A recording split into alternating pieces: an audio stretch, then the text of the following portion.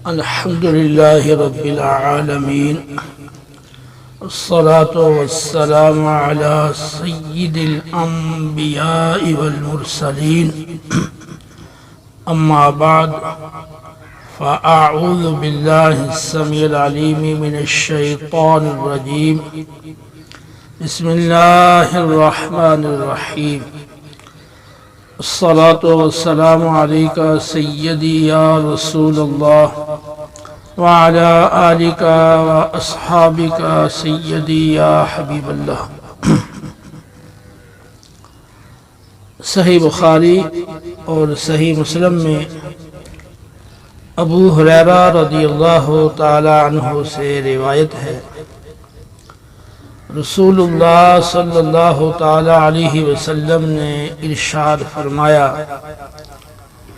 روزہ ڈھال ہے، لہذا جب تم میں سے کسی کا روزہ ہو تو وہ نہ تو کوئی بے حیائی کی بات کرے، نہ کوئی جہالت والا عمل کرے، اور نہ ہی شور و غل کرے. اور اگر کوئی شخص اس کے ساتھ لڑائی جھگڑا کرے یا گالی گلوچ کرے تو اسے چاہیے کہ وہ کہہ دے کہ میں روزے دار ہوں. اس متفق علیہ روایت میں رسول کریم صلی اللہ علیہ وسلم نے روزے کو ڈھال قرار دیا ہے، اور روزے دار کو حکم فرمایا ہے کہ وہ حالت روزہ میں بے حیائی کی باتوں سے، جاہلانہ کاموں سے، گالی گلوچ سے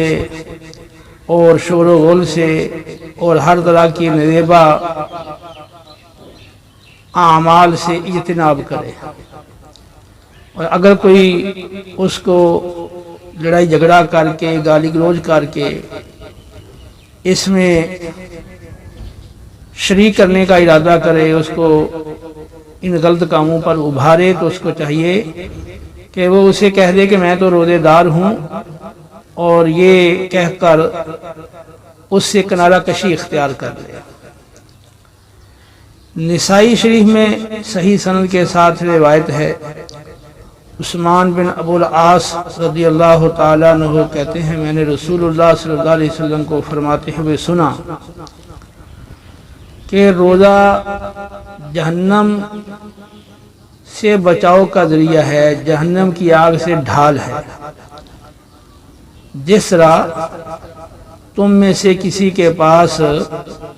میدان جنگ میں بچاؤ کے لیے ڈھال ہوتی ہے، یعنی جس طرح انسان جنگ میں دشمن کے وار سے بچنے کے لیے ڈھال کا استعمال کرتا ہے اور ڈھال کے ذریعے سے دشمن کے وار سے اپنا بچاؤ کرتا ہے، اپنا تحفظ کرتا ہے،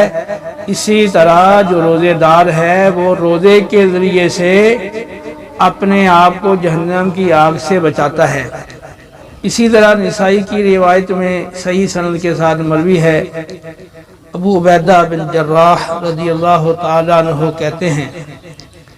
کہ رسول اللہ صلی اللہ علیہ وسلم نے ارشاد فرمایا کہ روزہ ڈھال ہے جب تک اسے پھاڑا نہ جائے.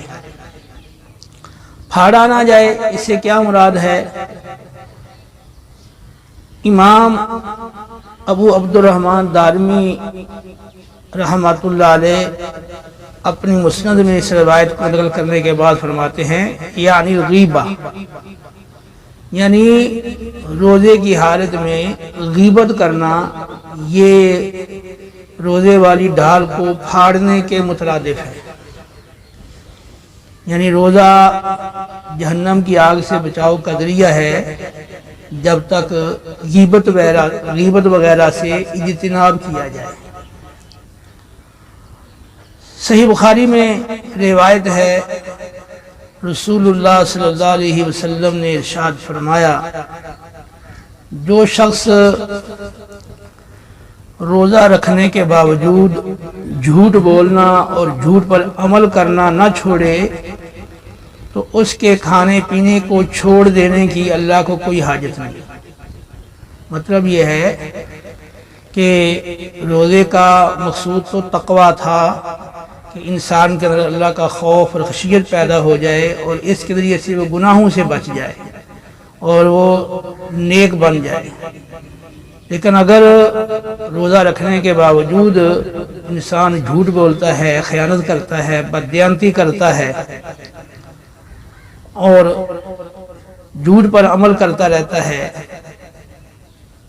گناہ کے کام نہیں چھوڑتا، تو ایسی صورت میں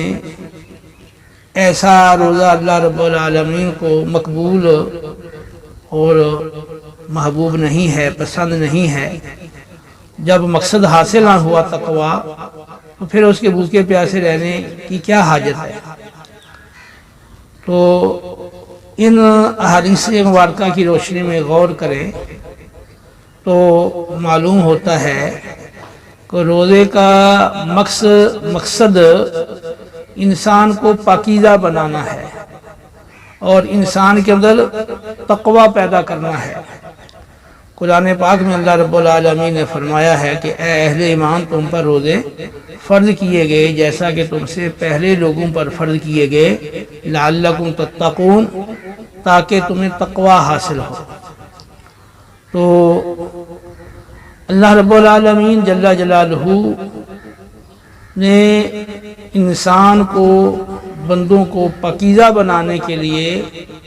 کئی اعمال کا حکم دیا ہے۔ ان میں ایک عمل روزہ ہے۔ اگر روزہ سنت کے مطابق رکھا جائے اور روزے سے متعلقہ جو قرآن و سنت کی ہدایات ہیں ان پر عمل کیا جائے تو ضرور روزہ انسان کی باطنی طہارت کا، انسان کی قلبی طہارت کا اور انسان کے تزکیہ نفس کا بہترین ذریعہ ہے۔ تو حدیث مبارکہ میں جو فرمایا گیا کہ روزہ ڈھال ہے، تو اس سے مراد جہنم کی آگ سے بچاؤ کا ذریعہ ہے۔ بعض کا کہنا ہے کہ روزہ گناہوں سے بھی ڈھال ہے، تو یہ بات بھی اپنے مقام پر درست ہے کہ جب انسان شریعت کے بتائے ہوئے اصولوں اور شریعت کے بتائی ہوئی ہدایات کے مطابق روزہ رکھے گا تو لازماً گناہ سے بھی بچے گا، اور روزے کا مقصد ہی گناہوں سے بچانا ہے۔ جب انسان پورا دن گرمی کی شدت کے باوجود، پیاس کی شدت کے باوجود بھی کھانے سے، پینے سے اور روزے کو توڑنے والی چیزوں سے اجتناب کرتا ہے، تو اس کے ذہن میں یہ بات حاضر ہوتی ہے کہ اگر میں شریعت کی خلاف ورزی کرتے ہوئے یہ کام کروں گا تو میرا روزہ ٹوٹ جائے گا۔ اگرچہ کوئی اور شخص تو اسے آگاہ نہیں، لیکن اللہ رب العالمین تو اسے پوری طرح آگاہ ہے۔ تو اس کے دل میں یہ جو تصور ہر وقت حاضر رہتا ہے کہ اللہ رب العالمین میرے ظاہری باطنی احوال سے آگاہ ہے، تو اس سے مقصود یہی ہوتا ہے کہ پورا مہینہ وہ اس کی مشق کرے تاکہ اس کی یہ عادت بن جائے، اس کے دل میں یہ بات راسخ ہو جائے کہ اللہ تعالیٰ میرے تمام ظاہری باطنی احوال سے آگاہ ہے، اور یہ تصور اسے اللہ کی ناراضگی سے بچنے اور گناہ سے بچنے پر آمادہ کرے۔ اسی طرح جو روزہ ہے وہ بیماریوں سے بچنے کا بھی ذریعہ ہے۔ طبرانی نے معجم اوسط میں اور علامہ حیثمی نے مجمع الزوائد میں اور دیگر محدثین نے اپنی کتب میں صحیح سند سے روایت نقل کی ہے، سومو تصحو، نبی کریم علیہ السلام نے فرمایا کہ روزہ رکھو تم صحت مند رہو گے۔ تو انسان جب روزہ رکھتا ہے تو معدے کو اور دیگر اعضاء کو ریسٹ ملتی ہے اور ان کی کارکردگی میں بہتری آ جاتی ہے، خاص طور پر جن کا مزاج تر سرد ہے اور انہیں معدے کے مسائل رہتے ہیں، تو ان کے لیے بھوک برداشت کرنا، روزہ رکھنا، یہ معدے کی درستگی کے لیے، صحت کی بہتری کے لیے بہت بہترین عمل ہے، بہت اچھا عمل ہے۔ تو حدیث میں تو تصریح اس بات کی ہے کہ روزہ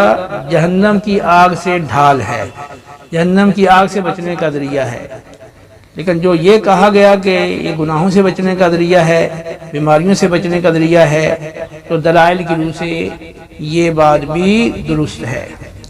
لہذا معلوم ہوا کہ حدیث مبارکہ میں جو فرمایا گیا کہ روزہ ڈھال ہے، تو اس کا مطلب یہ ہے کہ روزہ جہنم کی آگ سے بچنے کا ذریعہ ہے، گناہوں سے بچنے کا ذریعہ ہے، اور بیماریوں سے بچنے کا ذریعہ ہے، اور روزہ باطنی طہارت کا ذریعہ ہے۔ اللہ تعالی ہمیں عمل کی توفیق عطا فرمائے۔ وما علینا الا البلاغ۔